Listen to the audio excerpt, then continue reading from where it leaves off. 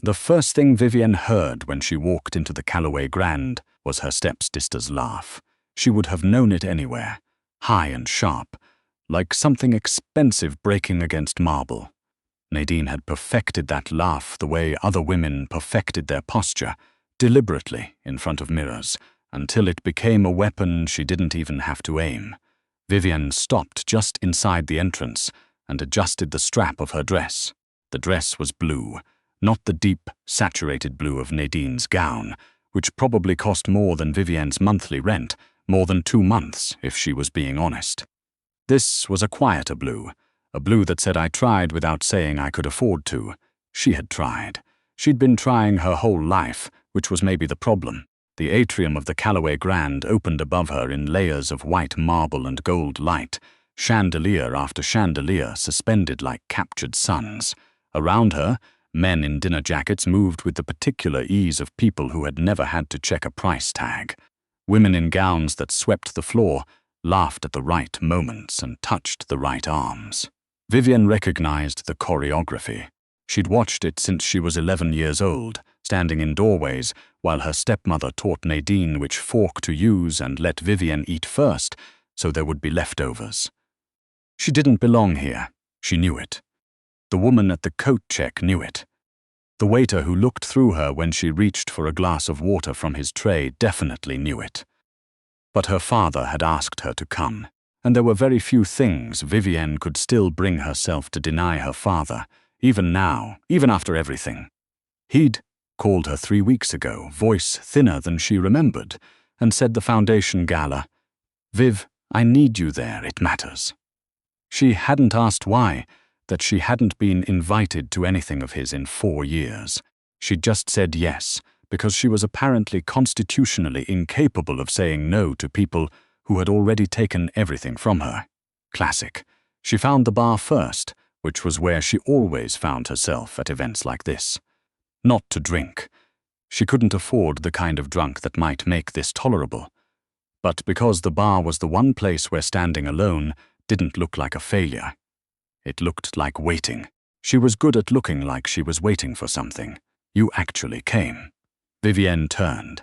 Nadine stood 3 feet away with a champagne flute in her hand and a smile that didn't reach her eyes. She was beautiful in the way that expensive things were beautiful, the result of sustained investment and careful maintenance. Her gown was emerald, her hair was gold, and every piece of jewelry she wore had a name attached to it. Vivienne knew because Nadine had made sure she knew, growing up. "This is from Cartier. Do you even know what Cartier is?" "Dad asked me to come," Vivienne said. "He asks a lot of people, a lot of things." Nadine's eyes moved over Vivienne's dress without expression, which was worse than a reaction. "You look tired. I am tired. You should have said something. I could have sent someone to do your hair." Vivienne picked up her water glass.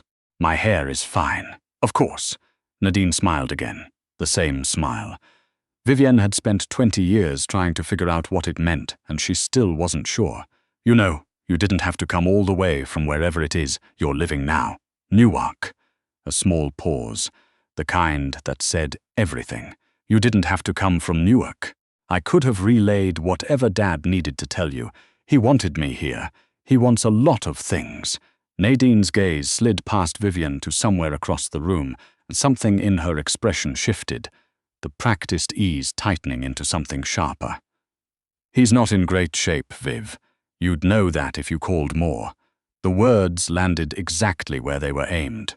Vivienne didn't answer. She turned back to her water and studied the ice.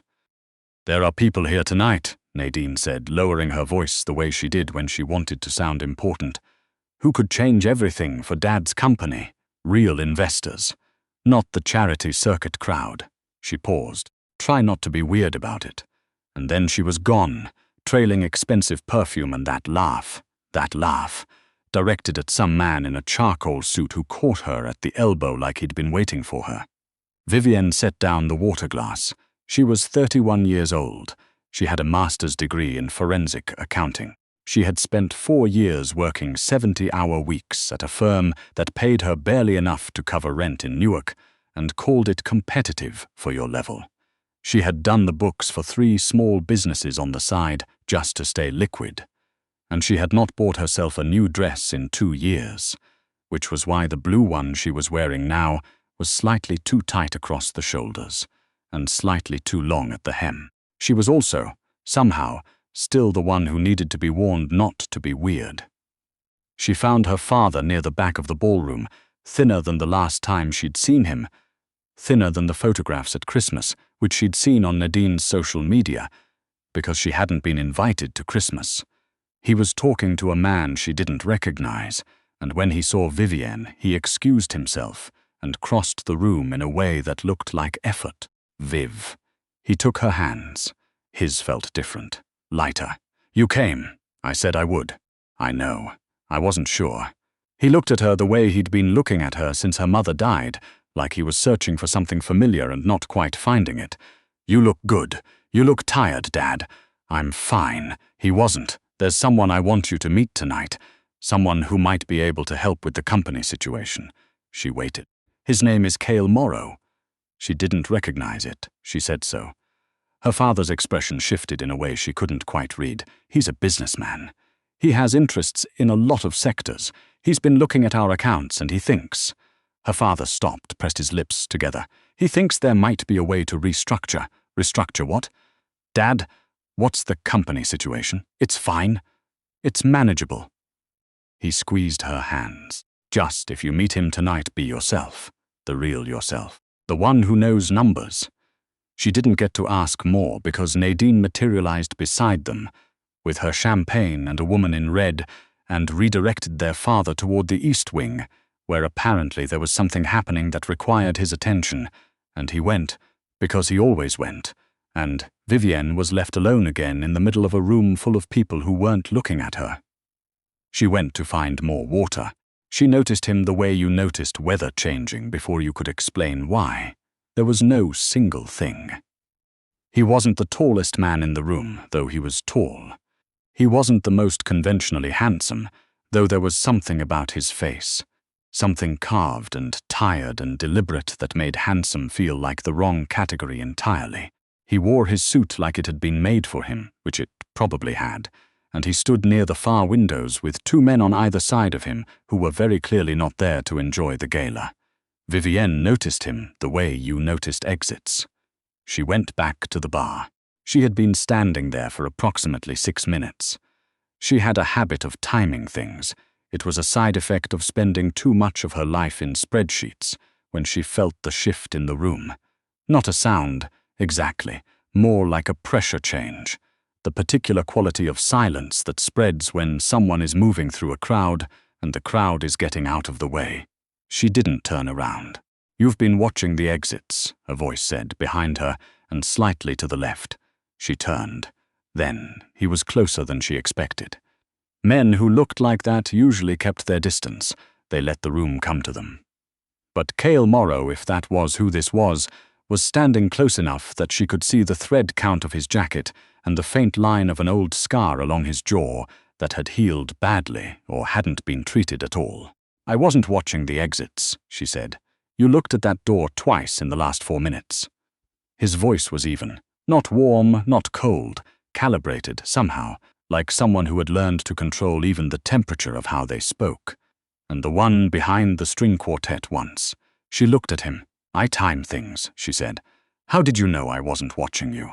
Something moved in his expression. Not a smile, exactly. The suggestion of one, quickly reassembled into neutral. "I'm Morrow," he said. "I know." She didn't offer her hand first. She wasn't sure why. Some instinct, some refusal to be the one to reach. "My father mentioned you. He mentioned you as well. What did he say, that you were the one who understood the numbers?" His eyes were grey, she noticed. Not dramatically grey, just a flat, working grey, the color of weather and concrete and things that lasted. "He said you'd catch things other people missed. He's biased. He's afraid," Morrow said, which makes him precise. She absorbed that. Around them, the gala continued its careful choreography, laughter, crystal, the murmured soundtrack of people performing wealth for each other. None of it seemed to touch him. He stood in the middle of it like he was somewhere else entirely, watching. "What kind of businessman are you?" she asked. The kind that doesn't answer that question at parties. Then what do you answer? He studied her for a moment. It wasn't the kind of study she was used to from men at events like this. The quick inventory, the categorizing glance. This was something more methodical, like he was reading something. What do you know about Telvera Capital? He asked. She knew a great deal about Telvera Capital, actually. She knew it because 2 years ago she'd flagged an anomaly in a client's receivables that traced back to a shell company, that traced back to a holding group, that traced back to something with Telvera's fingerprints on it, and she'd taken that information to her senior partner, and her senior partner had told her to let it go. And 2 months later she'd been restructured out of her position. She told him none of this. Should I? She asked. Your father's company has been doing business with a subsidiary of theirs for 3 years, Morrow said. The contract looks clean. The payments look clean. The margins don't. Something tightened in her chest. What kind of margins? The kind that means someone has been using your father's accounts as a pass-through. He paused. He doesn't know. I don't think he's ever looked at those numbers himself. He hasn't, she said. He hasn't been good with numbers since my mother handled the books. She stopped. She hadn't meant to say that. Why are you telling me this? Because he asked me to help him, Morrow said. And the way I help things is by finding people who can see what I can't afford to look at directly. She understood what that meant, in the way you understood something when every piece of it made sense, and none of it was comfortable. You want me to go through the books? I want you to tell me what's in them, and if what's in them is, it will be. He said it simply, not a threat. A statement of existing fact, the way you stated weather. The question is how deep it goes and whose names are attached to it. Vivienne looked across the ballroom. Her father was near the east entrance, laughing at something, genuinely laughing. For the first time tonight, at something Nadine was saying. He looked lighter when he laughed. He looked like he had before her mother died. If I find what you're looking for, she said, what happens to him? That depends on what you find. That's not an answer. No, Morrow agreed. It's the truth. She looked back at him. He was still watching her with those working grey eyes, that calibrated patience. He had the quality of someone who had learned to wait because waiting was simply more efficient than anything else. I have a day job, she said. You have a job, he said. Whether it's a day job depends on your definition.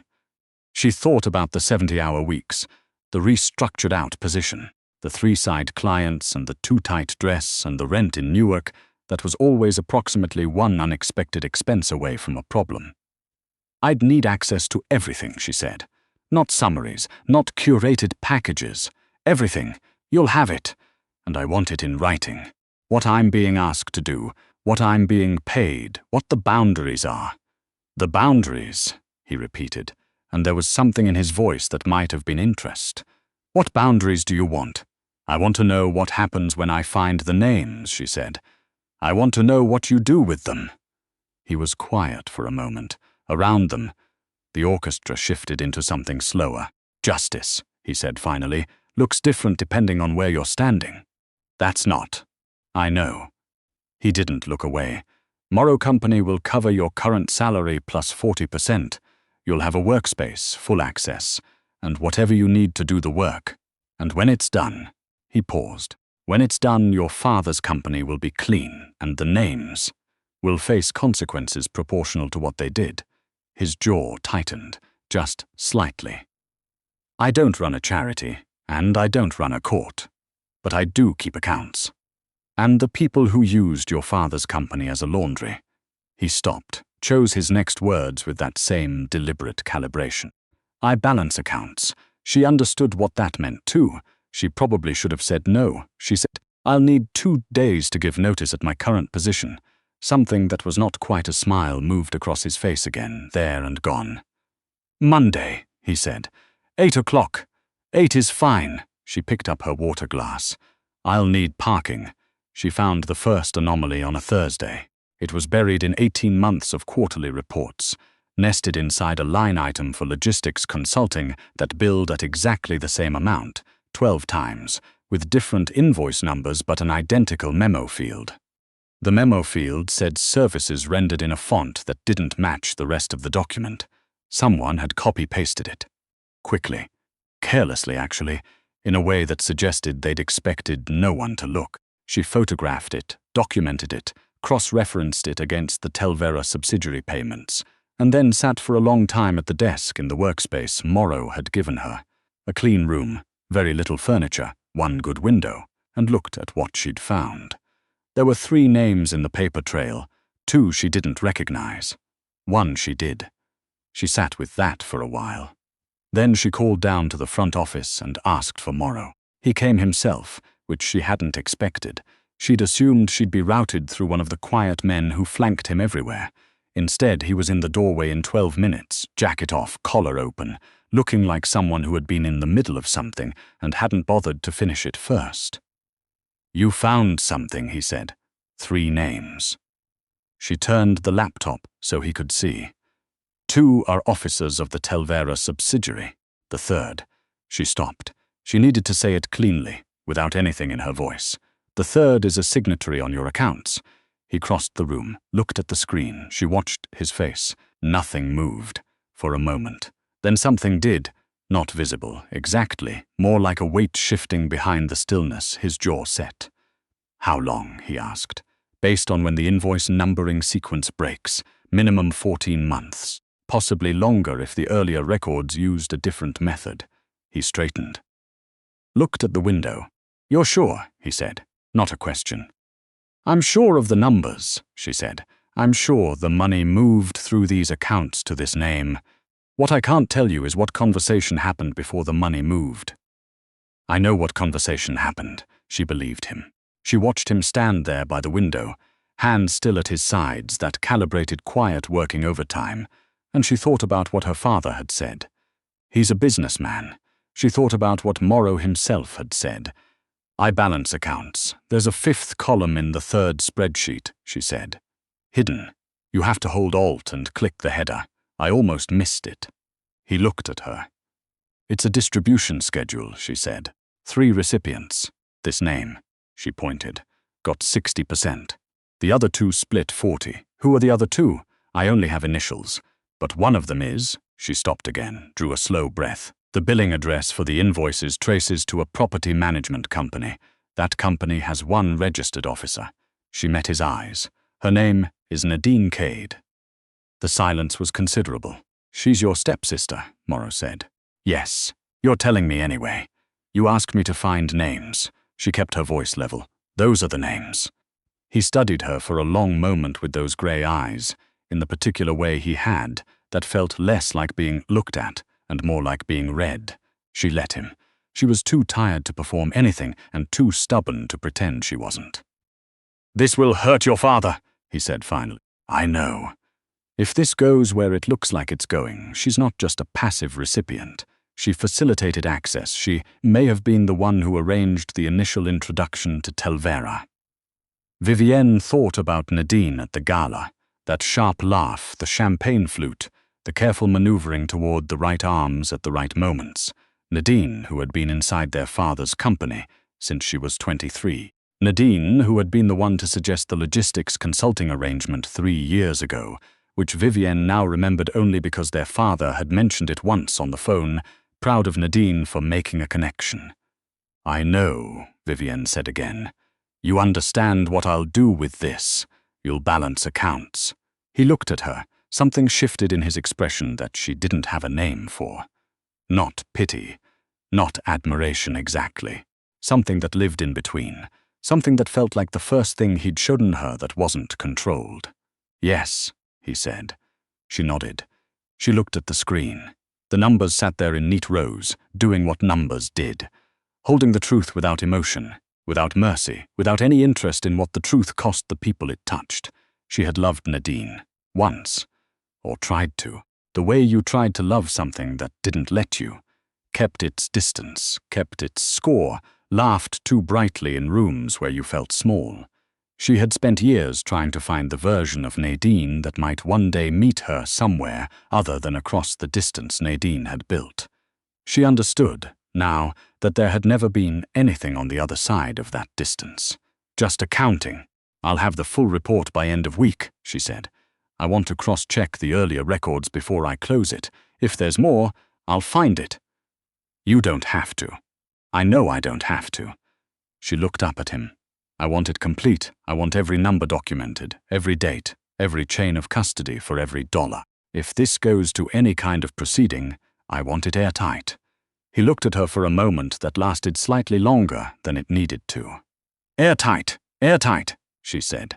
He reached past her to look at the screen again, close enough that she was aware of him in the way you were aware of things that were solid and warm near you when you were cold. He pointed at the third column. This reference number, do you know what it maps to? Not yet. It's not in any of the files I have. I need the original contract records for the Telvera entity, the ones from before the subsidiary was set up. Do you have those? I can get them. How fast? Tonight. She almost said something about it being 9 in the evening, and the fact that she had been in this room since 7 in the morning and she had eaten approximately half a granola bar and some coffee she didn't, because she was closer than she'd been in 2 years to an answer that was complete enough to mean something, and she didn't know how to stop when she was that close. Tonight works, she said. He didn't move immediately.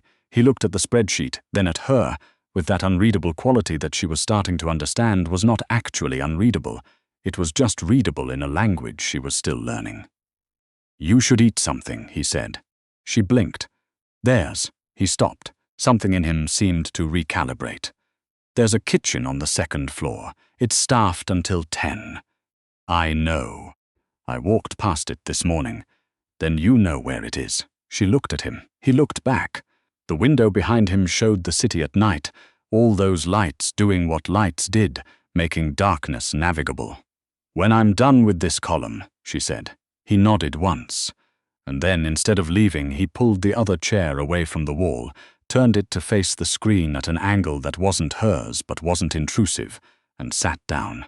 She looked at him.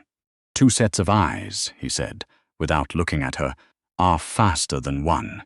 She looked back at the screen. She found the reference number at 1143. It mapped to an account that predated the subsidiary by 6 years, an account in Morrow's own name from before, tied to a transaction that had been used as leverage. Someone had threatened him with it. Someone had used access to his own history as the key to the door they'd walked through. She understood then why he was here, not just why he'd hired her, why he was in the building at 11 at night in a chair next to her desk. Because this wasn't just about her father's money. This is yours, she said. He didn't answer right away. His jaw had that set to it again, the weight shifting behind stillness thing. It was, he said. Someone used it. Someone I trusted. He said it flatly, the way you said things that had already been processed and filed and put somewhere that didn't hurt when you accessed them anymore, or that did hurt and you'd just gotten very efficient about it. She understood that too. I'll document it separately, she said. Separate section of the report. It doesn't have to be part of what goes to. Put it all together, he said. I want the full picture. It'll be part of the record. Yes, that means other people will see it, I know. He looked at her. I want the record complete, whatever that costs. She held his gaze for a moment. The room was quiet. The city outside was doing its midnight thing, muted, ongoing, indifferent. Okay, she said. She saved the file, noted the time. Started on the next column, he stayed. The report was done by Friday evening, 40 pages, fully referenced, every number sourced and documented and cross-checked to its origin. She printed 2 copies and put them in folders and set them side by side on her desk and looked at them for a while before she called Morrow. He came again. Same 12 minutes. She wondered if he timed things too. He read through the first copy standing at the window. She sat at the desk and watched the city. She had learned over the past 4 days that he didn't perform reading. He just read, quietly and completely, without any of the sighs or pauses or commentary people sometimes used to signal that they were processing important things. He just processed them. When he finished, he set the folder down. This is complete, he said. It's complete. The chain on the Telvera payments is solid. It'll hold. A pause. He picked up the second copy, set it down again. Your stepsister, Yes, she's going to say she didn't understand the nature of the arrangement. She understood the nature of the arrangement. Vivienne had found Nadine's emails in the archived records, carefully worded, plausibly deniable, but Nadine had always been good at that. Being in the room without leaving fingerprints. I documented the email chain. The dates and the sequence make the knowledge explicit. He nodded. She stood up, her back hurt. She'd been sitting for 4 days and her back knew it, she asked.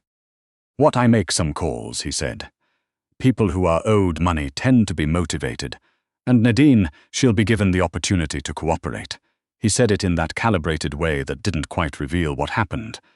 To people who didn't cooperate, which she will, because the alternative is worse for everyone, including her and my father. He turned to look at her. His company will be separated from the Telvera arrangement as a victimized party. The liability sits with the people who arranged the pass-through, not with him. He paused. He'll need new financial oversight, someone he trusts who can actually read the numbers. She laughed, a little, without meaning to. It surprised her. She hadn't laughed in a week. Morrow's expression did the thing again. The almost something. The almost smile. The position would be paid, he said. She looked at him. The oversight role, he said carefully, for your father's company. It would require someone to structure the new financial controls and monitor them. Quarterly reporting. It's not full-time, but it's... Are you offering me a second job? I'm noting that a position exists and that the person best qualified for it is standing in this room. She looked at him for a long moment. You could have just said that, she said. I just did. She picked up her copy of the report and tucked it under her arm. She thought about the Newark apartment and the too-tight dress and the granola bar. She thought about her father's hands, lighter than she remembered, searching for something familiar, and the way he'd laughed when he didn't know she was watching.